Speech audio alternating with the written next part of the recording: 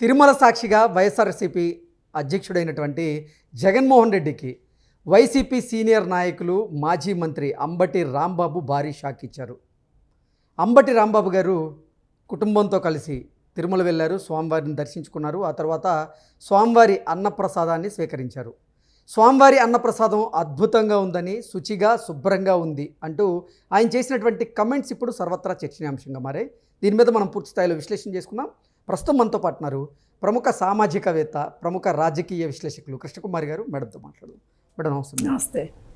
తిరుమల సాక్షిగా అంబటి రాంబాబు జగన్మోహన్ రెడ్డికి భారీ జలక్ ఇచ్చాడని, తిరుమల వెళ్ళినటువంటి అంబటి రాంబాబు గారు స్వామివారి మహాప్రసాదాన్ని స్వీకరించి అన్నప్రసాదం అద్భుతంగా ఉంది, శుచిగా శుభ్రంగా ఉందంటూ ఆయన చేసినటువంటి కమెంట్స్ నిజంగా ఇప్పుడు రెండు తెలుగు రాష్ట్రాల్లో కూడా చర్చనీయాంశంగా అయితే మారాయి.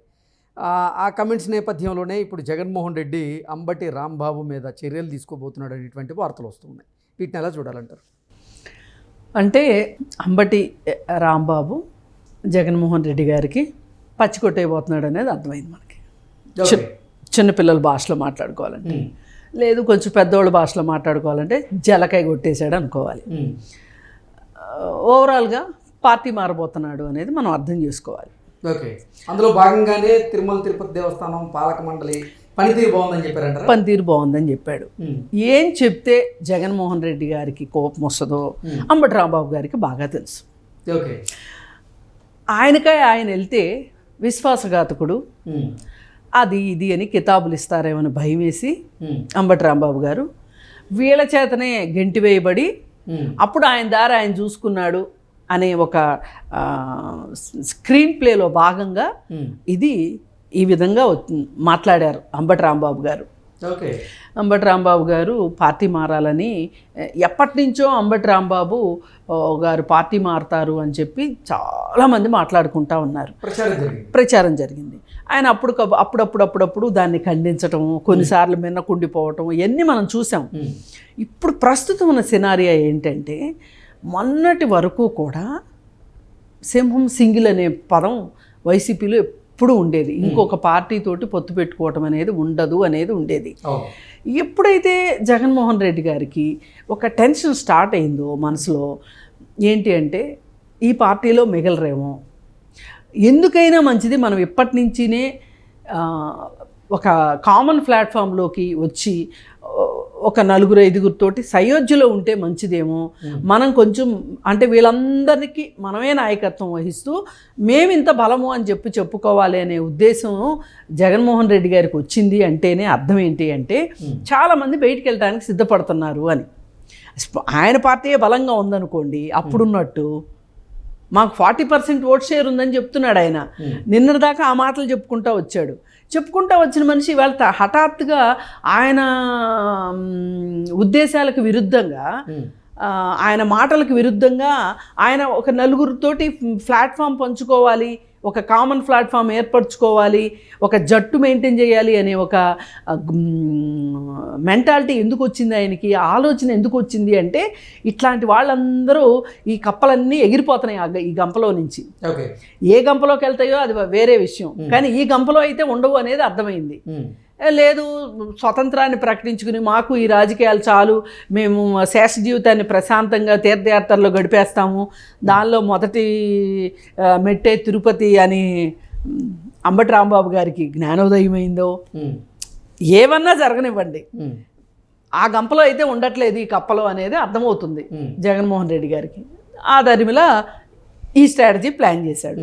వైసీపీ నాయకులు కానివ్వండి, అలాగే తిరుమల తిరుపతి దేవస్థానం మాజీ చైర్మన్ అయినటువంటి కరుణాకర్ రెడ్డి పదే ఇప్పుడు టీటీడీ పాలక మండలి మీద, వారి పనితీరు మీద ఆరోపణలు చేస్తూ విమర్శలు చేస్తున్న నేపథ్యంలో ఇప్పుడు అదే పార్టీకి చెందినటువంటి అంబటి రాంబాబు గారు తిరుమల తిరుపతి దేవస్థానం అన్నప్రసాదం అద్భుతంగా ఉంది, శుచిగా శుభ్రంగా ఉందంటూ ఆయన కొనియాడడానికి ఎలా చూడాలంటారు? ఇప్పుడు ఇంతకుముందు స్క్రిప్ట్లు అందాయి జనాలకి. స్క్రిప్ట్లు చదవటం ఇష్టం లేని మనుషులు ఎవరో వాళ్ళకి అర్థమైపోయింది. ఇప్పుడు కరుణాకర్ రెడ్డి గారు ఆయన ప్రాణం పోయేంత వరకు ఆయన జగన్మోహన్ రెడ్డి గారిని వదలరు. జగన్మోహన్ రెడ్డి గారు ఏ పార్టీలోకి వెళ్తే ఆ పార్టీ, ఏదైనా పార్టీలో విలీనం చేసినా, ఏ పార్టీ వాళ్ళన్నా కలుపుకున్నా ఆయన వైసీపీలోనే ఉంటాడు తప్పితే ఒకవేళ రేపు పరిస్థితులు తారుమారయ్యి ఒకవేళ కాంగ్రెస్ పార్టీలో విలీనం చేయాల్సి వచ్చిందనుకోండి వైసీపీ పార్టీని, అప్పుడు మళ్ళీ కాంగ్రెస్లోకి వెళ్తాడు. ఎందుకంటే ఆయన పాతపక్షే కదా కాంగ్రెస్ పార్టీకి, పాత గూటికే చేరతారు వీళ్ళంతా. అయితే ఇలాంటి స్క్రిప్ట్లు చదివే వాళ్ళు ఎవ్వరూ పార్టీ మారరని అర్థం. ఇప్పుడు స్క్రిప్టులు చదవట్లేదు వీళ్ళు అంటే వాళ్ళకి అర్థమైపోద్ది వీళ్ళు ఎవరు ఉండేవాళ్ళు ఎవరు వెళ్ళేవాళ్ళు అని. ఈయన తిరుగుబాటు బావుట ఎగరేయదలుచుకున్నాడు. నేను వెళ్ళిపోతా అని వెళ్ళిపోయాడు అనుకోండి, ఏమంటారు, ఏం ప్రచారం చేస్తారు? విశ్వాసఘాతకుడు, పార్టీ ఉన్నన్నాళ్ళు అధికారం ఉన్నన్నాళ్ళు ఉన్నాడు, ఇప్పుడు వెళ్ళిపోయాడు అంటారు. ఇప్పుడు ఈ మాటలు మాట్లాడితే వాళ్ళు ఏదైనా సస్పెన్షన్స్ ఏమన్నా వచ్చినాయి అనుకోండి, ఆయన బయటకు వచ్చి ఏం చెప్పుకోగలుగుతాడు? చూసారా బాగున్నది కూడా బాగుందని నువ్వు మాట్లాడనివ్వట్లేదు, స్వేచ్ఛ లేదు అక్కడ, వాళ్ళు చెప్పిందే వేదం, వాళ్ళు చెప్పిందే మాట్లాడాలి. ఈ కనీస స్వేచ్ఛ కూడా లేని చోట దేవుడు కనీసం మనం వేరే చోట్ల మాట్లాడలేకపోవచ్చు, దేవుడి గుళ్ళో కూడా నిజాలు బలకూడదా, వాస్తవాలు బలకూడదా అని ఆయన ఒక విక్టిమ్ కార్డ్ వేసుకుని బయటకు వస్తాడు ఆయన. ఇప్పుడు మామూలుగా వస్తే ఆయన మీద దాడి జరుగుతుంది. ఇప్పుడు ఈయనేమనుకుంటున్నాడు, పార్టీ మారి అంటే పార్టీ చేత గింటి వేయబడితే సానుభూతి వస్తాను భావించారా? అది దానికోసమే ఈ పనులన్నీ చేస్తున్నాడు. లేదంటే అసలు దాదాపు ఒక సంవత్సరం క్రితం కూడా వచ్చింది ఈయన జనసేనలో చేరబోతున్నాడు అని. అయితే ఆయన ఖండించలేదు, కానీ తర్వాత మళ్ళీ వైసీపీ పక్షానే మాట్లాడితే ఓహో ఆయన మారడుగా మనసు వైసీపీ, ఆయన ఎక్కడ ప్రత్యేకంగా ఖండించట్లా. ఆ ఖండించకపోవటం వెనకమాల కూడా వైసీపీ కాస్త గుర్రుగా ఉండటానికి కారణం. ఇప్పుడు ఏది ఏమైనా వైసీపీకిను అంబటి రాంబాబుకి మధ్యలో దూరం పెరిగింది అనడానికి ఇంతకంటే సాక్ష్యం అక్కర్లా. అంటే వైఎస్ఆర్సీపీకి ఇన్ని రోజులు బలమైనటువంటి గొంతుకును వినిపించే వారిలో అంబటి రాంబాబు గారు ముందు వరుసలో ఉండేవారు.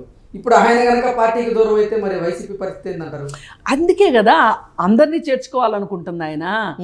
ఇప్పుడు కొంతమంది ఏం చెప్తున్నారంటే, నాయన నువ్వు ఇప్పటికైనా మేల్కో, అందరూ మళ్ళీ అటు ఇటు తట్టాబుట్టా సర్దుకునే లోపు ఈ పార్టీని కాంగ్రెస్లో విలీనం చేసేయి అని చెప్తున్నారు జగన్మోహన్ రెడ్డి గారికి.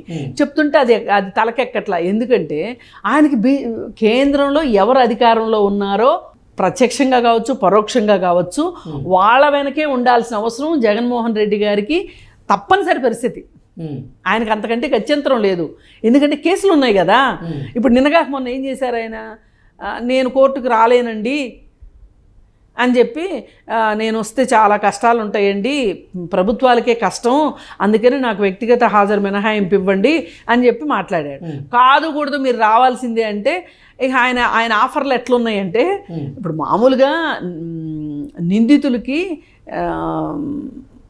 కోర్టుని ఎప్పుడన్నా ఒకసారి ఏవైనా హంబుల్గా రిక్వెస్ట్ చేసుకునే పరిస్థితిలో ఉంటారు తప్పితే నిందితులు నేరం రుజువైనా అవ్వకపోయినా, ఇది గుర్తుపెట్టుకోండి, నేరం రుజువైనా కాకపోయినా నువ్వు నేరస్తుడివి కాదు అని తేల్చేంత వరకు చట్టం దృష్టిలో నువ్వు నేరస్తుడివే.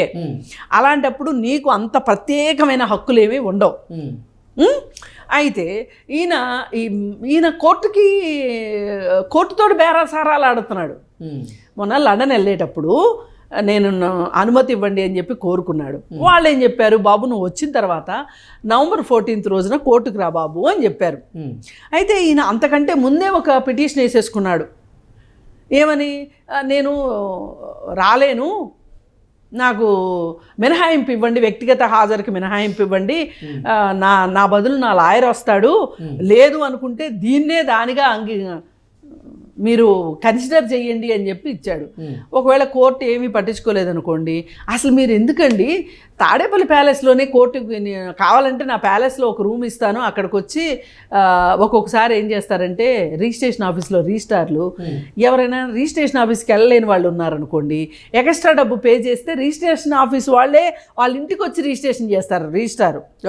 అంటే వాళ్ళ అనారోగ్య పరిస్థితులు సుమా, అంతకంటే వేరే ఏమీ కాదు.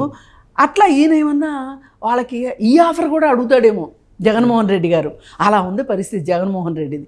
అంటే నేను ఇదంతా ఎందుకు చెప్తున్నానంటే, అది మునిగిపోయే పడవ అని చాలామందికి అర్థమయ్యి వాళ్ళందరూ తట్టాబుట్టా సర్దుకుంటున్నారు. ఆ తట్టాబుట్టా సర్దుకునే వాళ్ళల్లో ఇది సర్దుకుని రెడీగా పెట్టుకున్నారు లగేజీ. ఆయన ఎప్పుడైతే చర్య తీసుకుంటాడో అప్పుడు వేరే పడవ ఎక్కడానికి లగేజ్ సర్దుకుని రెడీగా ఉన్నారు. కానీ ఆయన పడవ దిగు అని అనట్లే, వాళ్ళే దిగి వెళ్ళిపోవాలి, వాళ్ళని తిట్టాలి అనుకుంటున్నారు. ఎందుకంటే వైసీపీకి మాట్లాడటానికి మాటలు కూడా లేవు. ఇప్పుడు ఇట్లాంటి విషయాల మీద మాట్లాడాలి అంటే ఇప్పుడు ప్రభుత్వానికి వ్యతిరేకంగా మాట్లాడాలి, పార్టీ నుంచి వెళ్ళిపోయే వాళ్ళ మీద వ్యతిరేకంగా మాట్లాడాలి. ఈ రెండే పనులు ఆయనకి. ప్రజల కోసం మాట్లాడే మాటలు కనిపించట్లేదు కదా.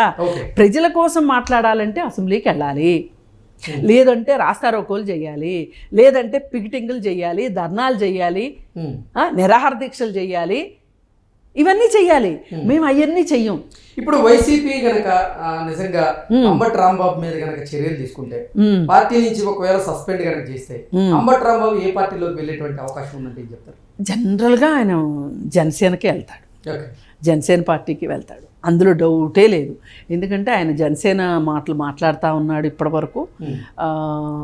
అంటే సందర్భాల్లో ఆయన పవన్ కళ్యాణ్ విమర్శించింది, ఆరోపణలు చేసింది కూడా మనం చూసాం కదా. అంటే ఆరోపణలు చేసే కాదు కాదు, దానికి కూడా ఒక స్ట్రాటజీ ఉంటుంది. ఇప్పుడు వైసీపీ పార్టీలో కమ్మోళ్ళని కమ్మోళ్ళతోనే తిట్టించాలా, రెడ్లతోనే తిట్టించాలా, కాపోళ్ళని కాపోళ్ళతోనే తిట్టించాలా. అది ఒక ఫండమెంటల్ ఇష్యూ అక్కడ. ఓకే, దీనిలో భాగంగా అంబటి రాంబాబు తోటి అలా మాట్లాడిచ్చారు. ఇప్పుడు వాటన్నిటికీ సహకరించట్లా, అది అసలు వచ్చిన బాధ. Okay, okay, thank you.